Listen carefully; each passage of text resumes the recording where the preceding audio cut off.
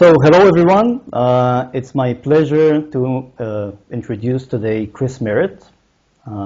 Chris is an indie songwriter, and he's agreed to come on the channel and talk a bit about his songwriting and approach to music. So, hi, Chris.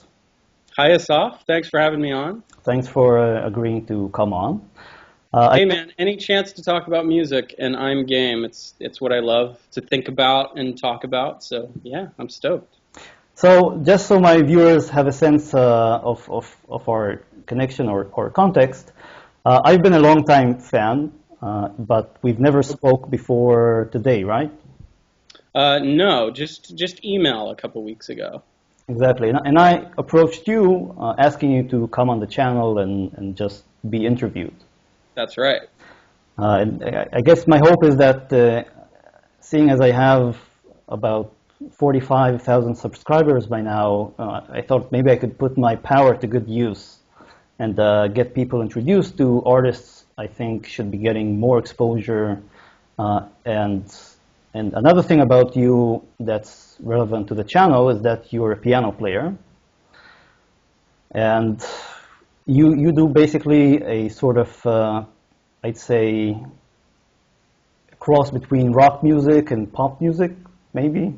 Yeah, that's actually a good way of putting it, because I love rock music, and I always considered myself a rock musician at heart, but I think that pop influence is also huge to me because I love melodies. Melodies is where I approach first, I think, from a songwriting perspective. And so I think what I do is pop, and yet I like to, somebody said, recently a reviewer said prog pop, which I kind of like that categorization a little bit, that moniker or whatever.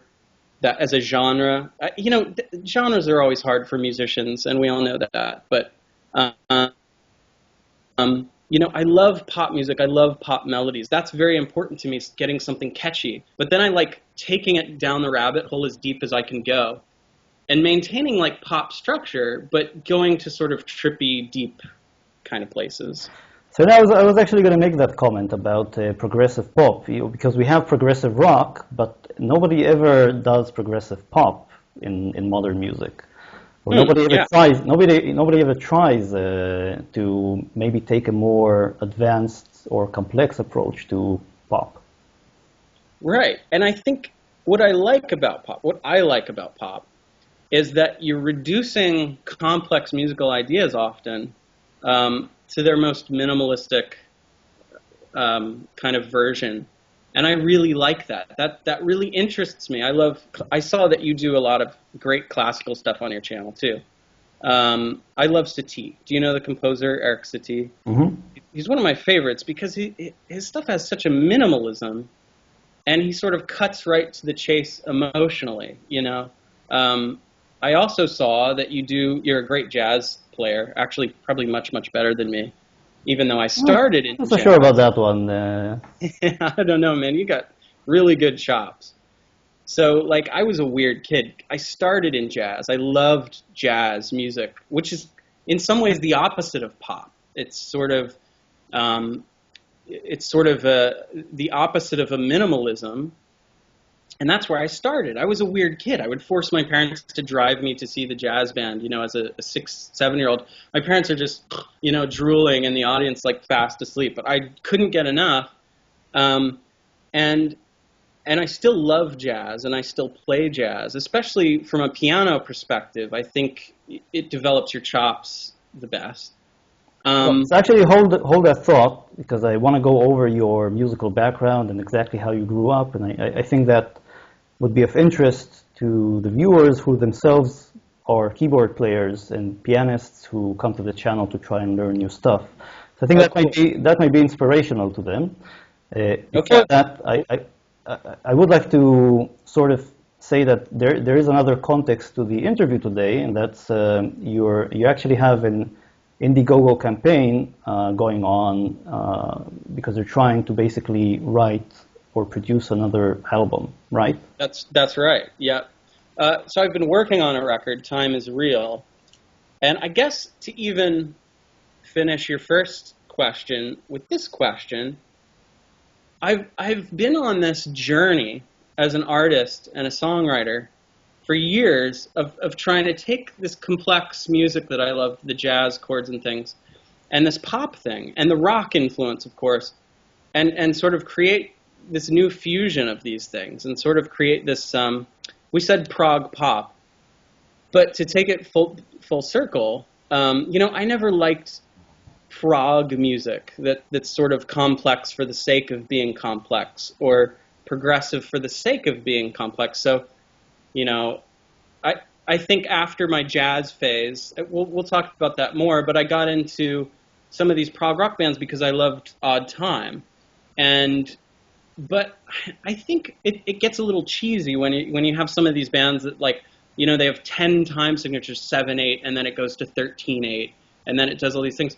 I like Odd Time, but I like to keep it in a pop context, and I think that challenge is, like, really fun. Like, I'll come up with a little 13/8 riff, and then create a pop song around that, as if I'm living in some alternate dimension where people listen to 13/8 rhythms and not just 4/4 or like 3/8 occasionally in pop music. So I actually think that one of the most challenging things with all time signatures is writing songs in all time signatures, but making it such that the listener doesn't even know that it's an all time signature. That it's such a catchy riff. That's that right. He just whistles it, and he says, "Oh, I can remember this. I can repeat this." And he doesn't know that he's actually humming something that is 7/4 or 5/4 or 11/8 or whatever. That's exactly right. So that's when you know that you're doing all-time signatures the right way. That's exactly how I feel. I like forcing people to start tapping their foot along to something that's actually like expanding their mind a little bit. You think of like the Mission Impossible theme. You've got that dun dun dun dun dun. It's so natural.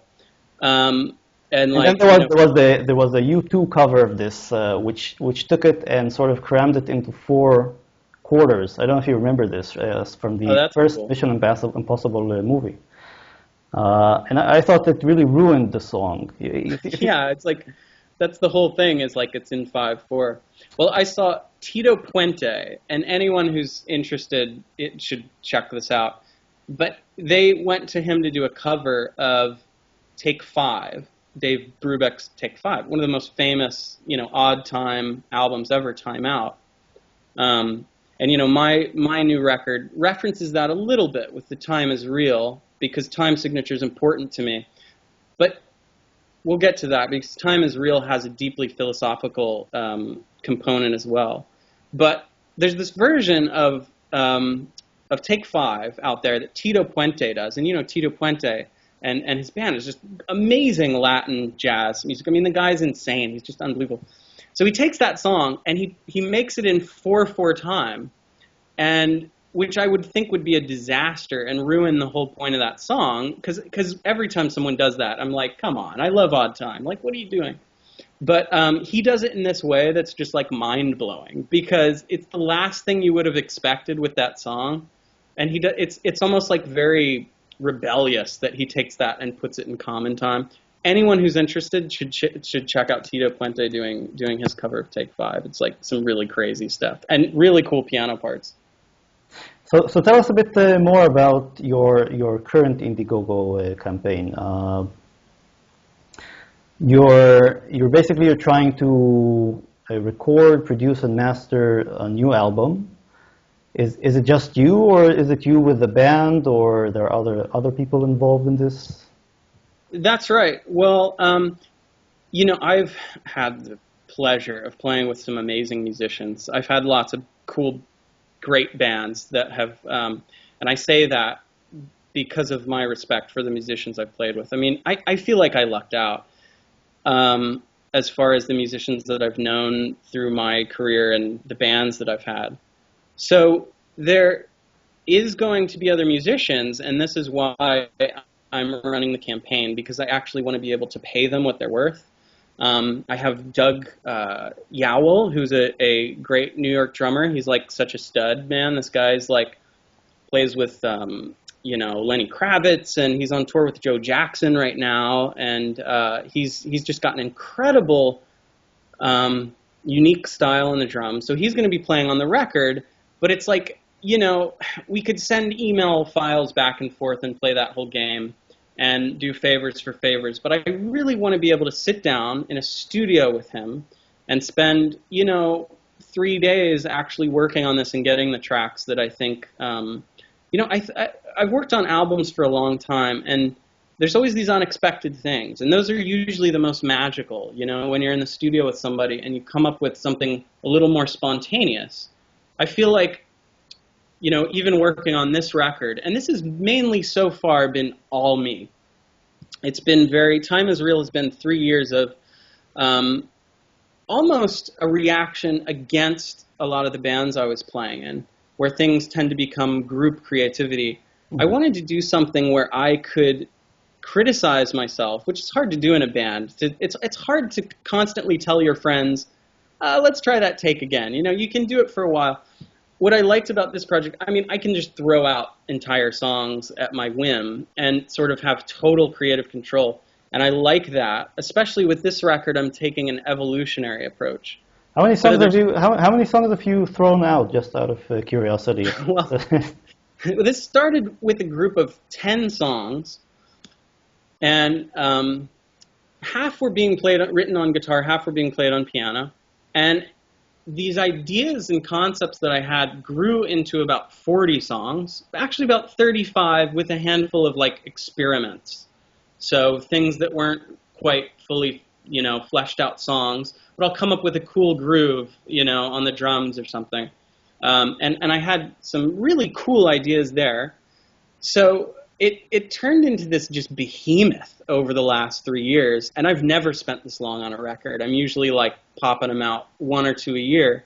But this is very important for me to do what I do and show the world what I can do in a way that's totally not compromised. So for me, that's really important for this record. I actually watched it again last night with my girlfriend. There's this documentary called Jiro Dreams of Sushi. Have you ever heard of this? Nope. I highly recommend it to any artist out there, any skilled person of any field. Okay. It's about the greatest sushi chef in Japan and his level of perfectionism. This guy just lives for his craft, and he's 97 and considered the greatest sushi chef who's ever lived. He massages the octopus for an hour and 15 minutes every day, and he has apprentices that do it for years to just learn how to just do that right. And so I like that. So this album, I've been tracking piano. Usually I'll kind of stick up some mics in front of the piano. Hey, good enough. Or I'll use a keyboard. My Korg is usually pretty excellent, but for this I wanted real piano, really mic it. If we go back and listen to the tracks and they're not working, go back and re-mic it. So I've spent 3 years of that really insane level of perfectionism, and also writing all these songs. And then, so my theory is kind of, there were 11 songs that just spoke to me out of all of these other songs. I thought it would be very, very hard to start chopping them off. But I heard Michael Jackson say that, I think it was Thriller, they had 30 songs half produced until they decided what was going to be on that record. I'm like, I got to get there. I have to do that. So that was my goal, and I kind of went over, because what you end up doing is then those early songs you no longer feel that emotional affinity to. But man, I thought the hardest part would be choosing the songs, but they all just spoke to me and said, here are the 11 that are going to be on the album. It's completely clear and cut and dry. So I think it happens with every album pretty much that you produce, is that you start out, the songs are fresh, and each one of them has a personal meaning, and you form a connection with it. But then you hear it so many times that at some point you say, I can't listen to this anymore. And that's the point at which you can actually look at them objectively and weed them out. That's exactly right. Or if you have a good producer like Quincy Jones produced Thriller, and I'm also familiar with the story, and I heard it actually with a different number of songs. I heard actually more songs, like 40 or 50 or something. But Oh, okay.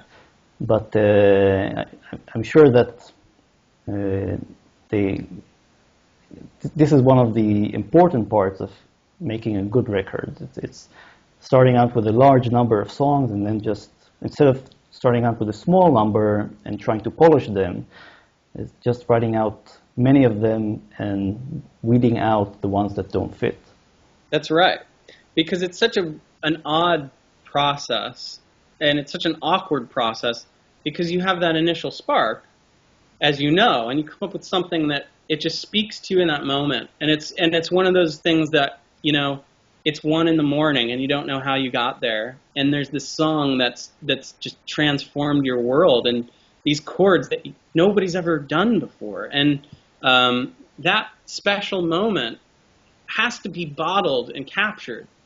But then you have to write real lyrics that make sense. You have to record it. You know, you have to arrange it. Well, where's the verse? What, you know, how many verses am I going to have? Am I going to go back to the chorus? Do I need a bridge now? You know, and I found, and I didn't know this. I think this is something that you have to experience. But like, you spend enough time on a song, you end up teaching other musicians. You're doing a lot of reductionism to your own song that you didn't realize. So, you know, your voice gets caught on one little part, and now you're focused on that, and you think, oh, I've got to really focus on that, but it turns out maybe that wasn't the focus of the song in the first place. So yeah, so I think evolution is huge for me. I'm loving it. Like, it allows me to be my own producer, and I think in our culture right now and in our day and age, I had a producer who worked on a lot of pretty big projects. Some of my favorite, like this band Idlewild. Have you heard of Idlewild? Nope. Very great Scottish sort of punk, but then more rock band, but really good stuff. And he produced a number of other things. But this producer told me that he found the best records were made when you have the artist who can be a little bit out there, a little bit passionate in the moment. And then you have the producer, as you said, like Quincy Jones played that role. The responsible adult. Right, exactly. And I think, you know, I have criticisms actually of the way the current music culture, but I think there's a lot of good things happening too. But I think one of the things that's been lost is these different roles when you're creating something like a record, which is hard to do, and you need people that are good at different things. But I enjoy being my own producer.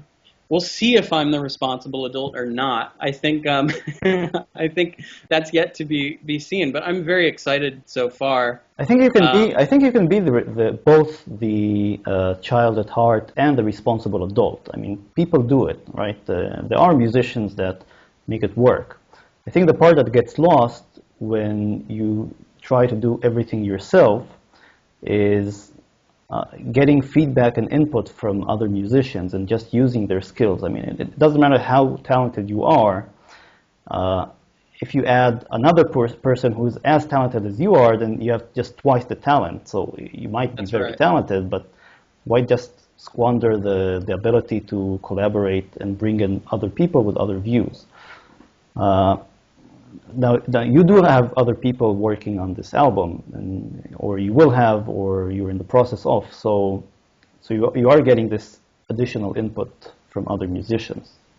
Completely. And, you know, like I said, well, there's a few things that can happen when it's only you, because you start to reverberate yourself.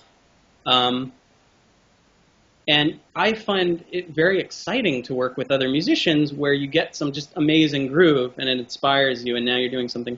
And now you're playing to a groove that maybe you wouldn't have necessarily done yourself, and it gets you out of your little creative ruts. I notice I've been trying very hard to write, starting with a rhythm from one of my good drummer friends, and go from there, because I find if I just start on the piano, I come up with some cool stuff, but it has very similar tempo and like feel.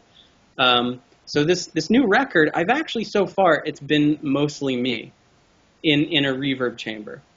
But I think I needed that right now artistically. I was working with bands, and don't get me wrong, I mean, there are problems with working with other musicians too. You know, if everybody's not on the same page, things get very difficult. Um, Especially when you're playing with people that you really like. I mean, it's hard. You know, you're in like emotional territory with your friends and people you respect. And so, I think what's cool now. I'm so excited for you to hear this stuff because I think it's my best stuff from a songwriting perspective. Definitely my most courageous and bizarre and fun and dark stuff. And what I get to do now is work with guys like Doug, work with guys like Brett Ripley, who plays drums in Cruz Elroy. I also have a bassist named Jake Throw, I'm convinced he's like the best bass player on this planet. I mean, I've worked with him since all my projects since school. We met in school. We had like similar influences. And this guy is he plays the bass like a metal guitarist meets a great Motown bass player or something. And so I'm going to get him on the record. And what I hope will happen is we take these songs and I'll have extra. So maybe 15 as opposed to just those 11. Mm-hmm. But we'll start putting tracks over it and see what people come up with. And then I have a couple very loose ideas that I want to more like start with those musicians and write around that. So come up with some grooves and write. Because I want to approach it from all angles and make sure I get that spontaneity.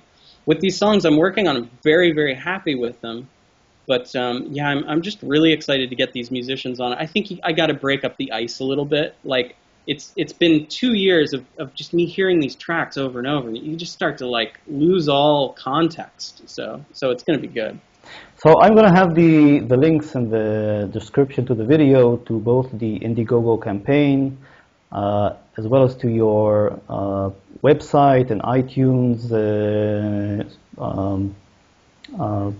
albums, so people can actually get to know you and your music and take a look at the campaign and maybe choose to support it. I would like to sort of go over at this point over your previous history and your growth as a musician. So, is the first album that you've actually commercially released, is it Little Captain? Hello, Little Captain. Yeah. Wow, So I can't believe you know that record. Yeah. I know it. So what year was that released on? That was 2007. Has it been that long? I think I actually have it right here. And this was a solo album, Yeah, right? 2007. And you wrote the songs and performed you sung them yourself. You worked with a producer, right? Yeah, on that, I worked a little bit with a producer. I mostly produced it myself, but I had some help from a producer. I had a band at that time in LA. I had a band called Paperface, and I was signed to a label, went out to LA, and I was on a label with that band. But it was I sort of got there right at the moment when, my timing has always been like this in my life. I'm getting there, and like they're dismantling like the Capitol Records building to like turn it into apartments or something. Like, and that was the kind of feeling, was like you were getting to the party, you know, right as the beer was running out or something. There are many stories like that of people or just even bands that started out from the remains of other bands. You know, even Queen actually, I think, started out not as Queen, but the many members were playing in different bands, and I think Freddie Mercury and Brian May were playing in one band, and then the drummer, Roger Taylor, was playing in another band, and they sort of came together from the remains of the bands that died off. So sometimes having Cool. one thing die off is actually a good beginning for something else. Completely. I think it happens all the time with bands. I mean, you're just naturally playing with other people. And for me, each new project starts with a rebellion against my previous project. I think a lot of artists work that way. So But you were rebelling. What were you rebelling in or against in your second album, which is Pixie and the Bear. Pixie and the Bear, yeah, which now I feel like I'm rebelling against that mindset a little bit. Pixie and the Bear, I'm very proud of that album. I did work with a producer there who's just excellent. On The cat, by the way, is meowing because he wants attention, but oh, sweet. Yeah. What's your cat's name? I have two of them, to be honest. This guy is Pepe, and I have another female one called Dolly. Oh, sweet. I think my subscribers know them because they tend to make appearances in the videos and just walk on the floor as I play. My cats love, when I play the piano, my cats will come over and like hang out. I think there's something like it. Yeah, this one loves actually also pulling the wires and disconnecting them as I play and ruining takes and... Oh, totally. It's like cats like heaven. Yeah, wires, man. Yeah. Going back, though, to your Pixie and the Bear album. So, what were you rebelling against, or what do you think you were rebelling against? Well, there was a superficial marketing component to what I was doing in LA at the time. Mm-hmm. You know, that was just the scene at the time, and also the LA scene tends to be very pop. I think with Pixie and the Bear, I wanted to just go, and the other thing, I was fighting production. So Pixie and the Bear represented my first attempt to get some really great production and not compromise because of time and avoid saying, you know what, that's mic'd good enough, let's just use it. And I pulled out all the stops. The band I had actually for Pixie and the Bear was a different piano trio. So for Hello Little Captain was a piano trio, and we were playing in the LA area. I had a drummer friend who ended up inviting me out to Salt Lake City, which actually there was like a pretty cool scene at the time. I know it sounds random to go from LA to Salt Lake City, but I'm not really a traffic person. So the traffic was killing me in LA. So I used it as an opportunity to go live somewhere else for a while. And, you know, we ended up touring a lot. We had a lot of momentum with that group. You know, we were opening for Ben Folds. We were playing Japan. There was a lot of, my drummer acted as a manager and did an incredible job. I mean, it was like his life, and we had a lot of momentum. Unfortunately, you know, due to just real life, like, you know, we eventually had to move on. But I still talk to, you know, I talked to the venue that I played in Salt Lake often. I try to play there. My bass player that was in that group, you know, we still talk often. It's just, you know, like they have a church thing going in Salt Lake that I think it's hard to get up and tour with a band if you have a family and you have you're trying to make a real life. It's a different thing I look over when they say, oh, bands can just go tour to make money. It's like, well, I mean, if you're 22 and like don't have any other obligations, go for it right now, you know. But you know us, you know, then eventually you need things like health insurance. But what I was going to say about Pixie and the Bear. So you've heard that record? Yes, many times. Cool. So the first half of that, the Pixie half, we produced in the studio. Certain tracks on that record I'm very pleased with still to this day. I'm very critical of my past work, but I think what I was rebelling against there was this popness of LA, and Pixie and the Bear just turned into this like huge. Now to me, it's embarrassingly like over the top. Like, no, you know, I think you've done a good job.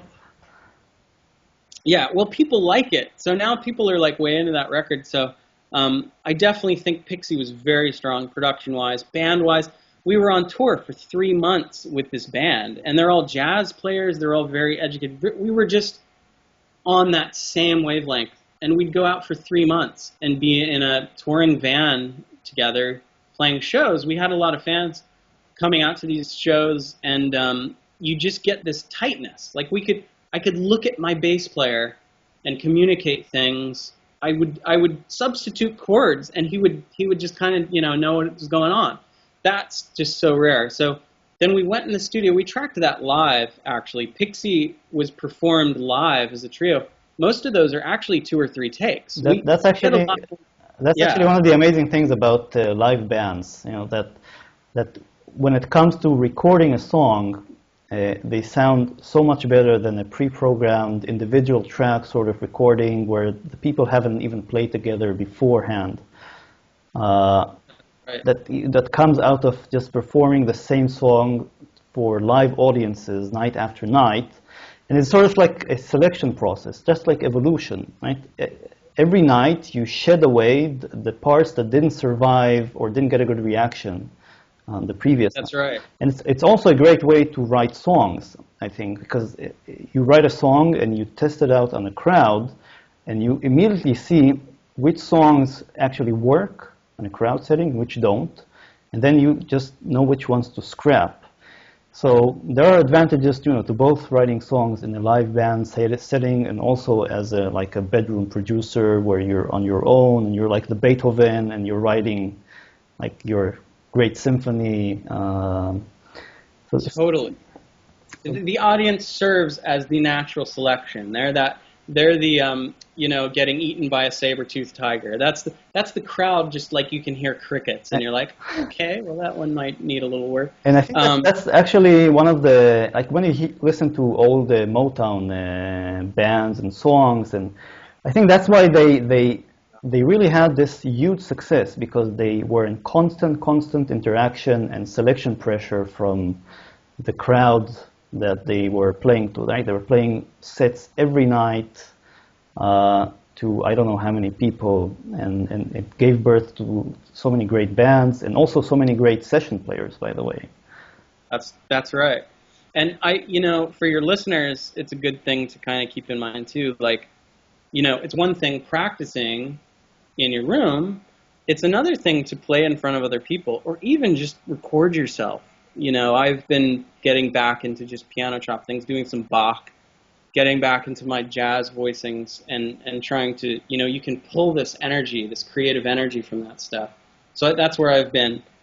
And, I find that performance, like nothing else, just makes your chops better. And then, again, like you said, so I'll try to summarize this really quickly, but I think music is a natural thing, and it's a very human thing, and we don't understand it. I think the more I've thought about music, and I'm a philosopher wannabe, so I'm obsessed with philosophy, science, and just reading and I think about everything. I say, why is that to everything? And with music, I'm always trying to figure out, what is a melody? What is rhythm? We don't really quite know, but I think especially with rhythm, for example, I think it's an expression. You think of a drummer, right? And he has that kick drum going, and it's like an expression, I think, of our physical reality, the way we are represented physically in the world. I think drums, and you see that when somebody plays a great groove, like everybody's moving a little bit. I think you're communicating a fundamental experience about what it's like being alive and human in this world, and you're relating to people on this level that we can't even communicate verbally, but it's like, hey, this is what it feels like to move your arms, and people go, yeah, so there's all those little things. I think melody, harmony are like different elements of our natural state and biological state, and I think when you interact with an audience, you get that, you get those interactions and those details a little bit. I've been wanting to play live more and trying to play live a little bit more. I've actually been sort of focused on the writing lately, but I'm excited to play more live. Can you tell the viewers who are, again, many of them are aspiring piano players, a little bit about your musical background? What did you learn? Is piano your first instrument? Sure. Piano was my first instrument. When did you start? Oh, I was young. My mom has pictures of me, in diapers. It's like just going for those keys, just like just arms outstretched, touching keys. Ever since I can remember, I do remember having a crush on my babysitter, And, I must have been, I don't know, 7 or something. And I started writing songs for her to try and impress her. Because she would literally, I realized if I could get something, and I would steal a little bit from other songs I was hearing and picking up. And I realized she would go, you didn't write that. She didn't believe it. And I could actually impress her with writing my own stuff. That's, I think, where that instinct came from. Did you get any formal training, any lessons? I didn't have any formal training. I showed a lot of promise, and then I started getting into jazz. Like I said, as a kid, I was obsessed. I mean, so now, a little older, but not even a teenager yet, and I was really into jazz. I tried having traditional lessons a couple times. I remember going a couple times, and it was so stifling. I just couldn't do it. I wish I had. I didn't have parents that understood, dude, you got to learn the technical stuff. You got to learn the basics. I think I actually regret not taking that more seriously now, because I wish I had better classical chops, and I wish I was a better sight reader and all those things, But I do think, I don't know, who knows, but I was writing every day. I was playing every day. I would play jazz, and then I got lucky enough to the local college that was near my house growing up. Shenandoah University has a great jazz program. It's in Northern Virginia, for people that are wondering, and that's where I grew up, even though I was born in California and ended up there.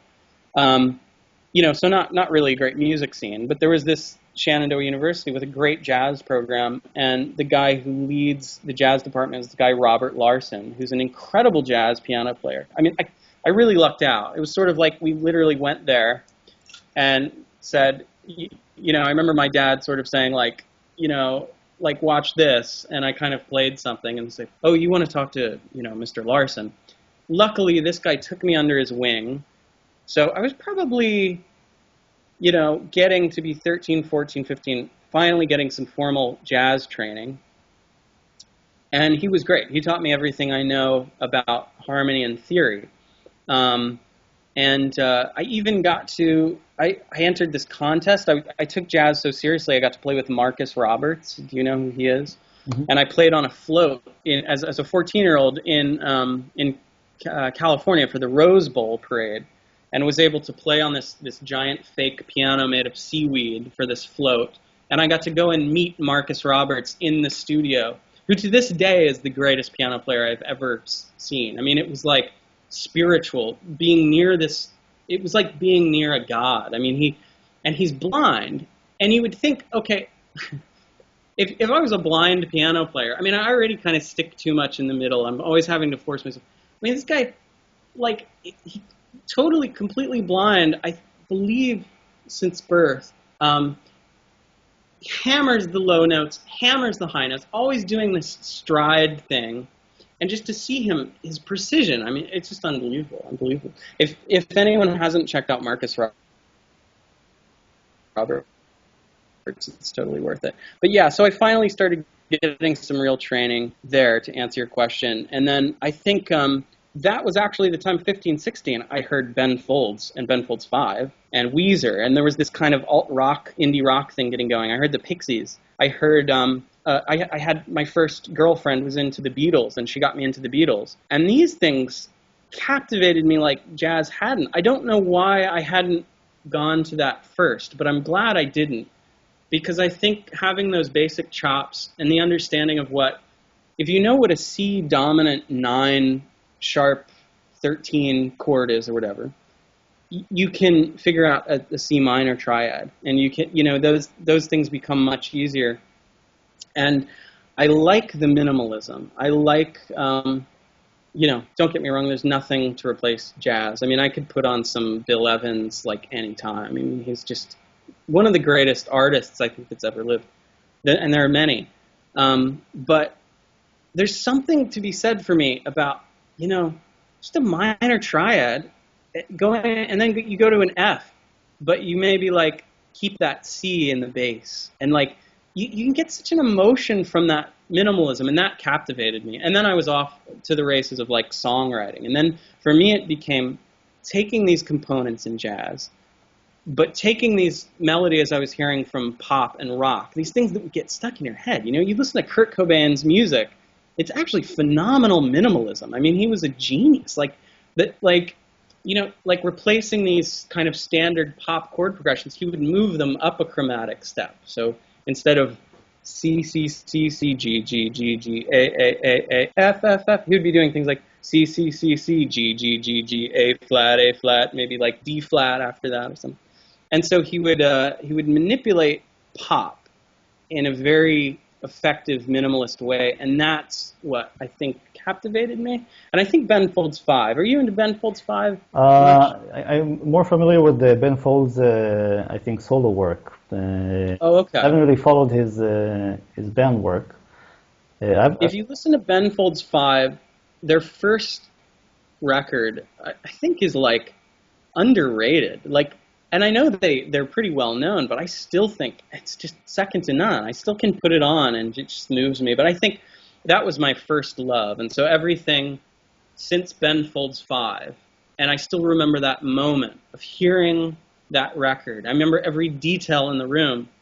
And so everything I do is always going to have a little bit of them in it, I think, because it's like the Big Bang, you know? It's like the shape of the universe, when it first formed, it gets much more complex, but it retains those initial conditions. So I think I'm stuck with a little bit of that in my music. I think everyone has this sort of album in their lifetime that sort of they hear it and then it's like a revelation, and this basically ends up shaping their musical perception, even if for many it sort of falls out of grace at some point. You know, you just get overexposed to it, and you say, okay, well, I've heard this already like 500 times by now. I think I'm going to put it behind me and move on. So if I asked you to sort of maybe name the top 3 influences in your career, would you say Ben Folds would be in the top 3? Definitely, yeah. What would be the other 2? I think Radiohead would have to go in there. Okay. I really like what they've done. I really like most of their records. Interestingly enough, I mean, I'll put it on one of their records and do a lot of skipping, but I still think they influenced my songwriting probably more. And as a third one, is it actually the early Radiohead, the mid Radiohead, or the late Radiohead? I gotta tell you, I like all of it. I love Tom York's approach to minimalism. And there again, and we were talking Queen. It'd be very hard for me not to include Queen. The third one is hard, but I'd probably have to say Weezer, which again isn't even like a big part of what I'm doing now, but I think he introduced me to just those catchy melodies. And, you know, you listen to Weezer's stuff and Rivers Cuomo, his initial influence was Kiss, and he said he can never quite extricate himself from that. And you can hear that. It's interesting because 2 out of the 3 bands that you've named are actually guitar-based. And very guitar-based. Piano-based. Yeah. Totally. And you're a piano player, so it's interesting how piano players sometimes go for the more, I think, aggressive sound that you get out of guitars. Do you feel like at any point you're trying to emulate guitars maybe with your piano, or are you going for... Oh, totally. Totally. Especially my early stuff, you can hear that influence of the guitar band. So I would do a lot of perfect fifths, you know, down at the deep, like sort of simulating those power chords that you get on guitar. I think I was always a wannabe guitar player, really. And don't get me wrong, it's like now I appreciate the piano more than ever, and I'm glad that that was my main instrument. But I think looking at my work, I see a lot of me doing a guitar thing. I liked the heaviness. I liked the natural compression. So my style of playing is very, pounding, very kind of that rhythmic pounding that's like emulating a strumming guitar. So yeah, I think it definitely is weird for sure. Well, it's not weird. I think I think it's actually more common than you think, and actually that many people choose or don't even get to choose the instrument they start out on, and you don't get to choose the bands that you end up liking. So all you can do is sort of try to transfer influences from the bands that you like to the instrument that you know how to play. That's exactly right. I'm sure there are actually guitar players. Actually, I would be curious to hear from the listeners and people in the comment section if there are any guitar players listening to this who try to emulate piano players. That would be interesting. Well, I know a lot of guitarists who are obsessed with piano players. So welcome back. We've had some technical difficulties. Hi, Chris. Hi, Asaf. How are you? So let's carry on from where we stopped. I'd actually like to use the break and go back to going over your musical career and just go over it briefly. So we stopped off at Pixie and the Bear. You've had several other albums as a solo writer, right? So you've had the Virginia's for Hoverers, and that's two albums, two different albums actually. And is Songs from Brokeland considered an album, or is it like an unreleased demo tape, or where does that fit in? Songs from Brokeland and Demos of Nod. I don't know if you've heard of that one. I have. There's somewhere in between, like, demos that no one would ever hear and a fully produced album. So I call them like demo albums, where they start with like demos I'm doing, but I try to work them up to a presentable, to be somewhat presentable, to various levels of success. How many demos have you written, or have you written until now that are unpublished? An incredible amount. There's hundreds. Hundreds. I have I have an iTunes library in my studio computer with I mean, it's at this point it's insane. I mean, I'll have friends give me, I love this demo, and I'll be like, where'd you get this? I haven't heard this one. Like, I don't have this anymore. I mean, it's literally hundreds and hundreds. I used to keep track of every song in like little notebooks, and I stopped doing that 5-6 years ago. But at that point, there were close to 2,000 separate songs. But, you know, this has been a lifelong project, and I take it seriously. So every night I'm writing for hours. So it's what I do. And so you just end up with a lot. How do you deal with the self-censorship? So a lot of people have issues writing, actually, because they write a demo. So what do you mean by this? Like censorship as in not repeating myself, or avoiding trying not to repeat myself? Well, it's really trying not to repeat yourself. But as you're writing your songs, many people just have a sort of deep insecurity. So they say, okay, this isn't really that good, or I've heard this progression, I played this progression many times before, and I'm just repeating myself. I'm not even going to write this down. I'm just going to scrap it. Actually, sitting down and writing, hundreds of tracks requires you to sort of maybe be able to say, okay, I'm going to sit down, I'm going to write something.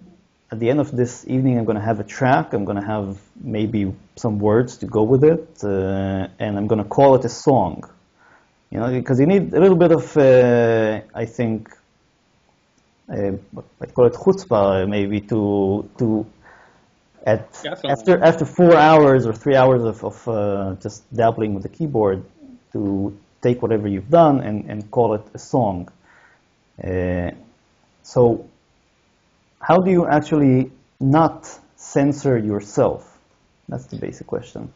Well, I actually try not to repeat myself, and when I say that, I mean that's a complex idea, because you're always going to repeat yourself in certain ways.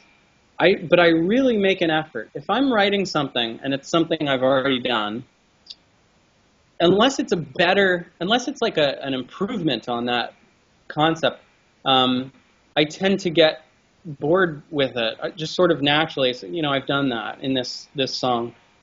So actually, I do.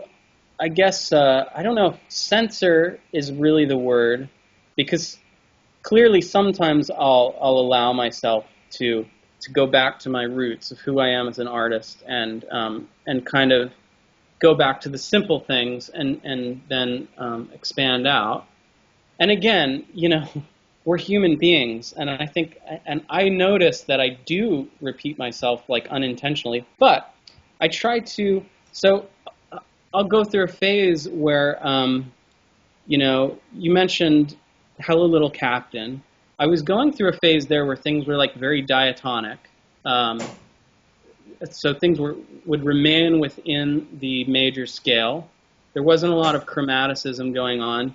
Eventually I get to a point where I feel like I've done everything with that, and then I have to start forcing myself to play with some minor chords, to play with the melodic minor scale or something that changes going up and coming down, to try some chromaticism. Making an appearance. You cat, man.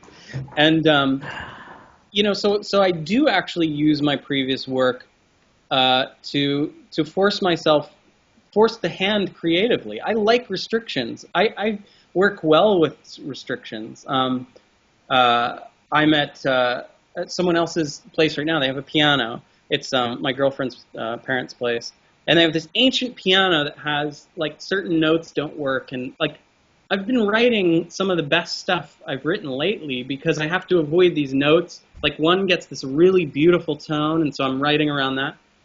I like restrictions, and so I like to say, well, you know what? That sounds too much like that. I got like my old stuff. That sounds too much like Virginia's for Hovers. I got to do something new.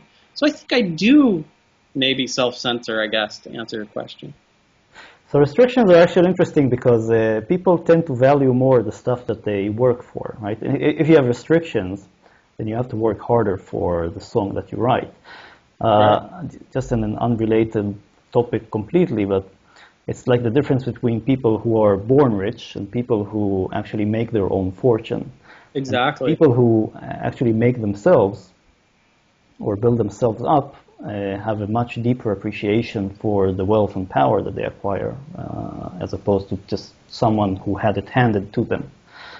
Exactly. And that's also an interesting thing about writing on a piano, because writing on a piano is very restrictive in terms of what you can write, say, compared to maybe producing on a fully fledged workstation where you have all of the sounds and you can start cutting and editing and doing repeats and retakes and overdubbing and so forth.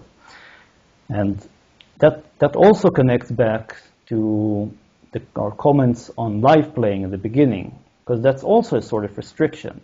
It's a different sort of restriction where you don't get the freedom to just redo the take over and over again. You have to get it right in just one take. Exactly. Yeah. I think, new technology, and I was very much of the mind of sort of in this new sort of singularity movement as a younger sort of college student. And it was like, I'll never need a real piano again because, I have all the greatest new plugins. And don't get me wrong, I love digital technology. I use it constantly. I wouldn't be able to do what I do without it. On the other hand, more and more, I find it a spiritual thing with physical, instruments. Like a real piano has something, and it's funny because I work with a lot of younger sort of engineer types, and they're convinced, they're selling all their analog gear because they're like, oh, I don't need it. We have this digital age. I get very inspired by a real piano, and I'll have arguments with my friends and say, well, that's just in your head. That's just mental. It's like, well, what else is it? I mean, that's inspiration. That's where it comes from. That's precisely what it is. It's just in your head. That's it. Right. And I love, sometimes I'll get inspired on the keyboard too. But lately, so for example, dynamics on a piano, you can feel, you're reacting. For every reaction, there's a equal and opposite reaction. So like you can feel if you're playing a piano note or a pianissimo or something on the keys, you can feel that dynamic too. So it's coming in sensory input in multiple ways, and you can feel this physical object again, sometimes some of the strings are wonky, and they create an interesting nuance. There's uniqueness. There's spontaneity there. I think people forget too. The history of the piano is incredible. I mean, our modern instruments. I was reading the other day, like Aristotle thought that we would always need slaves. He was a philosopher. He thought we always need slaves because how else are you going to get people to play music? We need music, therefore we need slaves. At the time, playing a musical instrument was was hard work, and it was actually very difficult. You had to wrap things around strings around your hand and pull them. You could actually get like deep cuts and stuff. It was very difficult to play music, and we've seen this progression. The first sort of like hydraulic organs, the first keyboard instruments, like 300 BC or something, or I guess 300 AD it would have been. And this evolution, not only for the keyboard instruments, but for the 12-tone tonality, that equal temperament tuning, the 12-tone scale, was a process that had to be invented. And I think a lot of people take that for granted. They just think pianos have always been there, and now there are these new things called keyboard. Piano represents thousands of years of technology. I mean, it's incredible. The piano itself, I heard a writer recently say that the English language helps you it gives you 90% of the work when you're writing, because there's so much information encoded in language over our culture and over hundreds and hundreds of years. I feel the same way with the piano. I had a professor one time, we talked about developing a workstation for people, a digital workstation where they could, for music theory and arranging, where they could use this workstation in this program, and we talked about developing the software. And then it dawned on me after months of this project we were all excited about, like sort of the best tool for the job is called a piano, and it's like sort of already been invented. A lot of my inspiration comes from just sitting at the piano and noticing those cool patterns in that 12-tone scale. There's a lot of technology in the piano, and I think people forget that. And as much as I love digital technology, lately I'm rebelling against that artistically because it became so prominent, and I think it's actually flawed a little bit. Like, I have great plugins and samples and the whole thing, but I tune pianos as well, my own pianos, just for recording. I at some point did that just to learn, so I could, because I'm always like hiring tuners and stuff.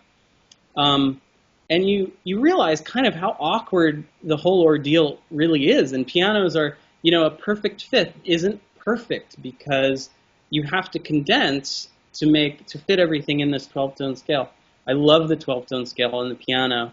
And sometimes just following those harmonic patterns can itself give me inspiration and give me like melodies and stuff. So I love it. I don't know if that answers your original question. It does.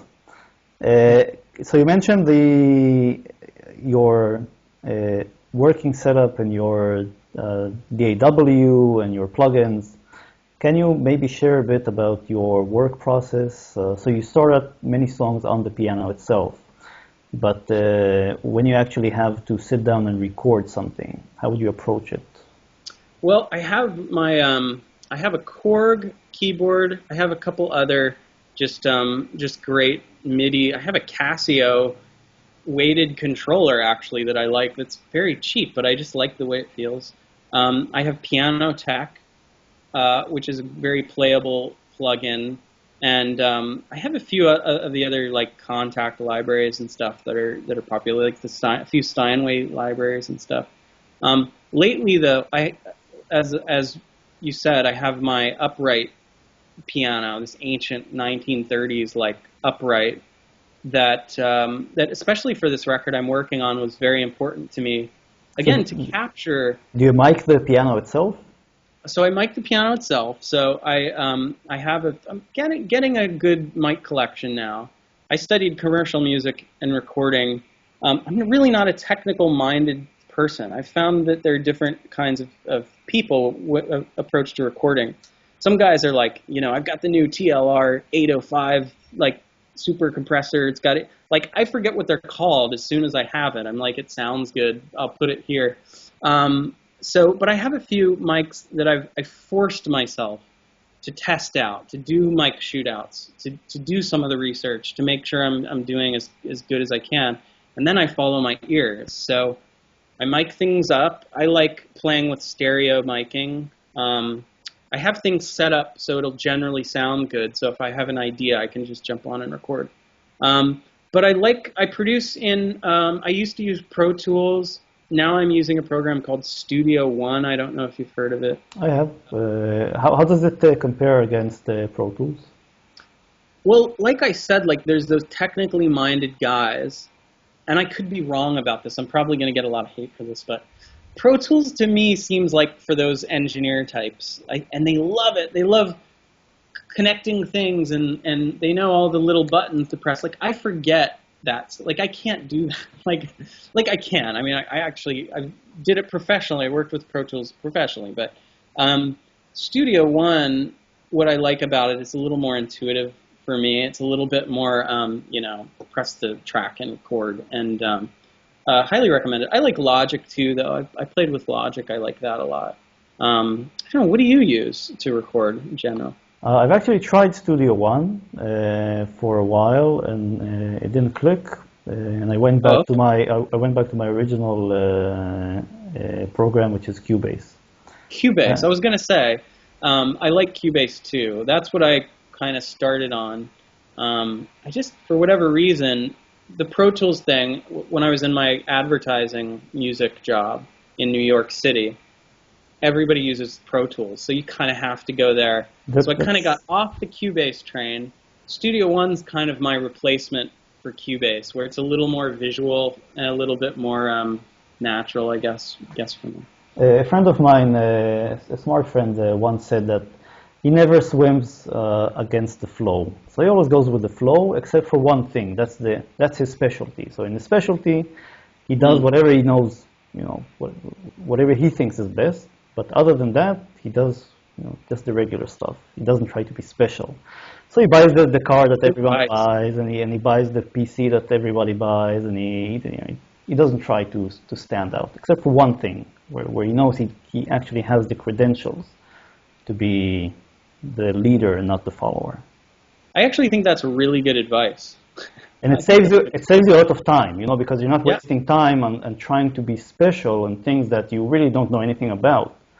So you just say, okay, you're going to use Pro Tools. Everybody uses Pro Tools. I'm going to use it as well. And then you can focus on actually recording the music. Yep. Very good advice. And, I'll use other things too for 8-bit stuff I use in my work a lot, this sort of retro 8-bit sound. That's an example where I wanted to go very legit. So I had an actual Game Boy with a program, somebody in Japan, I think, programmed like a literal cartridge for this thing. And I actually got a cartridge copier, so I could actually do it on the Game Boy and program these little beats. It's called LSDJ for the Game Boy. It's worth checking out. It's really fun to play with. And I love it. It's very tedious, very difficult, very annoying to sit there and put in every little note and play, but you have total control. And you have control in a very legit way. Like I like the sound the hardware makes when I'm plugging it then into my system and recording it. However, I have a recent plugin I found called Chip Sounds. And they used it for some of the sound design on Portal, was the video game, which is how I heard about it. Mm-hmm. And that's just such an excellent plugin because you have a lot of control, and it sounds very. They did a great job emulating that hardware, the old school chip sounds that I really like. So I've been using that a lot. I really love it. And then I have Contact, for strings. I have LA Strings, which I've been messing with a lot. Through my advertising work in the city, I kind of got some cool plugins going. So I like that. I get inspired. But, I also have my microKORG, which for this record has been big. I love, again, those restrictions. They make me very creative. There's nothing more paralyzing than a blank piece of paper, which sometimes these awesome digital rigs people have. It's like a big blank piece of paper. Mm-hmm. Sometimes I like picking up my microKORG, and I have 2.5 octaves, and cheesy little sounds, and you have to make something great out of that. And then you have the added bonus for me, and this is a big part of my art and music, is like the irony. So I love a sense of irony. I love a sense of like, this is the goofiest thing ever, like a little cheesy, goofy sound, but the melody is incredible and like sort of epic. And like I love that contrast. To me, that's funny, but I don't know if other people get the joke, but I do it anyway. So how does the Time Is Real project that you're working on now relate to Moon of Time Is Real, right? Did I get it right? Yes, Moon of Time Is Real. So what's the connection between them? So I told you I had those like 40 songs going, and then 11 spoke to me and said, these are going to be an album. And there might be one or two that I changed there. But then there were like, I had 15, 20 left that were getting pretty close to being finished, and I really liked them. They just weren't going to work on the album. And in my typical overambitious fashion, I think, okay, well, I'll finish those off, those kind of extra 15 or 20, make a little mini album, and to promote Time Is Real, to show people what I'm doing. And so, of course, then I get perfectionist and carried away. Like, in my mind, that was like 2 days of work. I just go and pick the songs and just throw them together. But then I got really carried away, and I wanted to, then it was actually sounding so cool that I thought, oh, I should really take some time on this and make it special and redo the vocals. This time I didn't make the mistake. I recorded the songs when they came out. So I was doing a lot of going back to those demos, listening, getting the vibe, and making sure everything fit. And Moon of Time Is Real is like, I'm not sure how many songs, I think about 12, 13, 14. And I put them all together in parts and sections, like a suite, like an Abbey Road kind of thing. In my mind, it's like a mini concept album. And it literally, if Time Is Real is going to be the planet that I'm creating here, and I'm creating a world, that's what I'm doing with Time Is Real. Moon of Time Is Real is like literally like the moon going around it, we know, like with our planet Earth, life probably wouldn't have evolved if we didn't have our moon keeping us in this sort of stasis, keeping a little bit of, what's the word? The word is consistency or stability on our planet, so that life could form. And I think Moon of Time Is Real is like a little mini sample of the planet that will eventually be Time Is Real. So the songs are shorter. It's only 24 minutes long, the whole thing, and it's all free online. Everybody can listen to it. So I'm going to put the link to Moon of Time Is Real in the description, and I think that's actually a good place for people to go to get a listen of your work, cool. And especially of your more recent work and the upcoming album. And I have to say that the songs are not demos; they're actually polished, right? To me, they sound like they're complete products. Yeah, I'm using my mixing chops that I've been fighting to get. I'm not, like I said, not a technical side. I'm very much the creative artist who, I like working with technical guys who know what they're doing and they can kind of keep me on track. But this is me taking my skills that I was forced to learn on a daily basis for years doing advertising music and making something that sounds very well produced. I did spend a lot of time on the production and recording of this. For Time Is Real, I want it to be even better. So, you'll hear a lot of sampled drums on Moon of Time Is Real. That's a lot of me playing electronic drums. So actually playing the drums? Yeah, and I'm a wannabe drummer. But I did a lot of, I went over the top with Moon of Time Is Real, and this is one of the things I'm talking about, where I wanted it to sound like real drums, and so I would just play on like my chest and the table and stuff, record that, go back and look at the transients on the wave file, take these samples that I had recorded from my favorite drum sets of friends and studio people, and I literally went through and placed these samples where I had played like fake drums, and I'm pretty happy with the result. I'm pretty surprised. It sounds like pretty cool. Yeah, I'm happy with the production, but for Time Is Real, And I hope people check out Moon of Time Is Real. And if you dig it, help me make Time Is Real, because I want to do something just epic. I have the songs, I have the musicians. I want it to sound really big, though. Where Moon of Time Is Real, you can hear the intimacy of it. I think Time Is Real, I want to be, boom, just, huge. A lot of space in the recording and mixing. We're going to be recording it potentially a few well-known studios in the city, and get really good sounds, and that's important to me. I've got good piano sounds recorded so far, but I want it to be huge. Where Moon of Time Is Real is maybe a little more intimate, and it's like looking at the world from afar. And I think Time Is Real, I want you to feel like you're just in the middle of the war going on, or the middle of the action, I guess. Is there an actual concept to Time Is Real, in the sense that is there like a theme or something that you want to be sort of a repeating motif, or how would you say that, or what would you say is the defining characteristic of the upcoming Time Is Real album? There is a thread through the songs, and they, like I said, they called themselves to be together on an album. And it's something that I can't even quite explain verbally, but some things I can point to that have been consistent with this record are experimenting with chromaticism.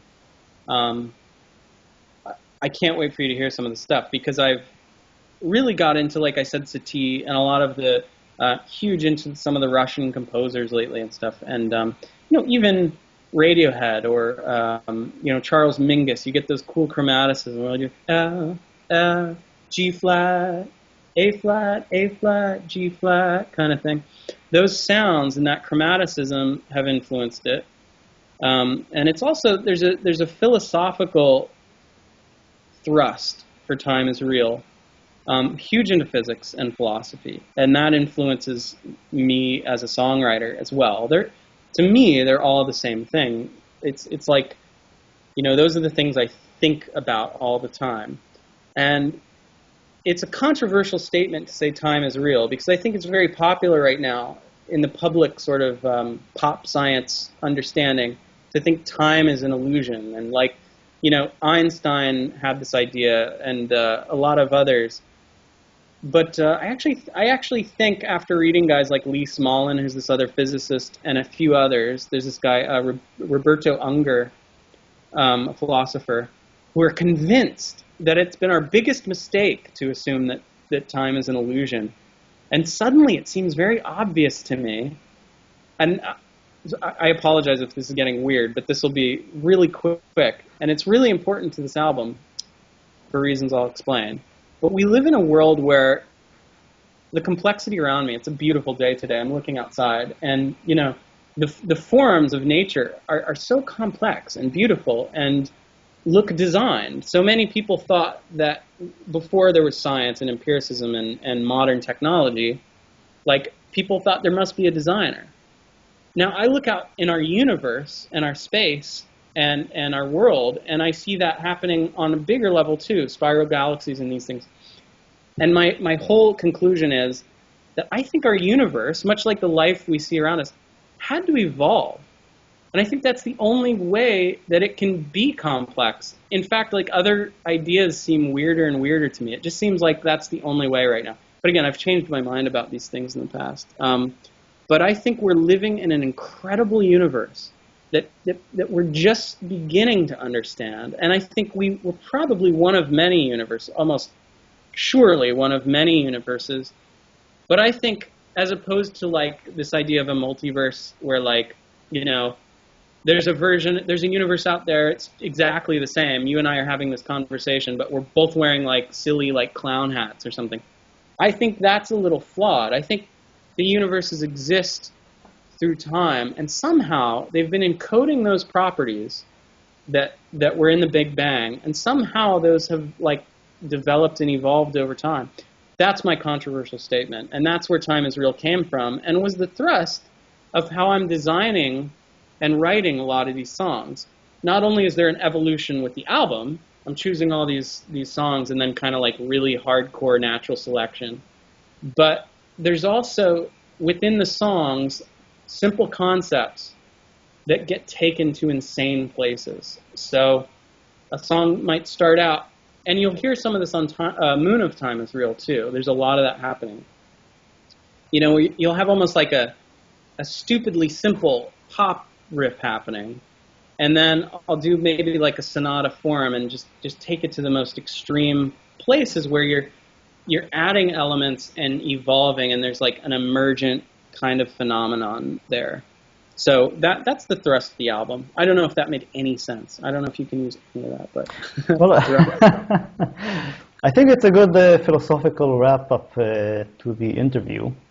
I'd like to really thank you for coming on and interviewing on the channel.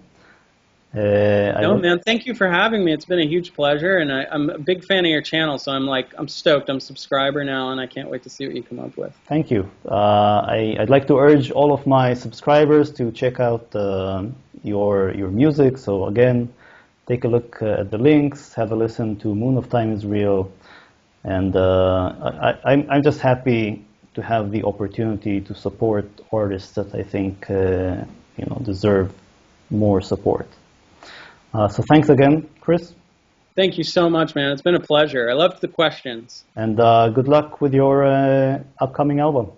Thanks a lot. You too. Have a good night.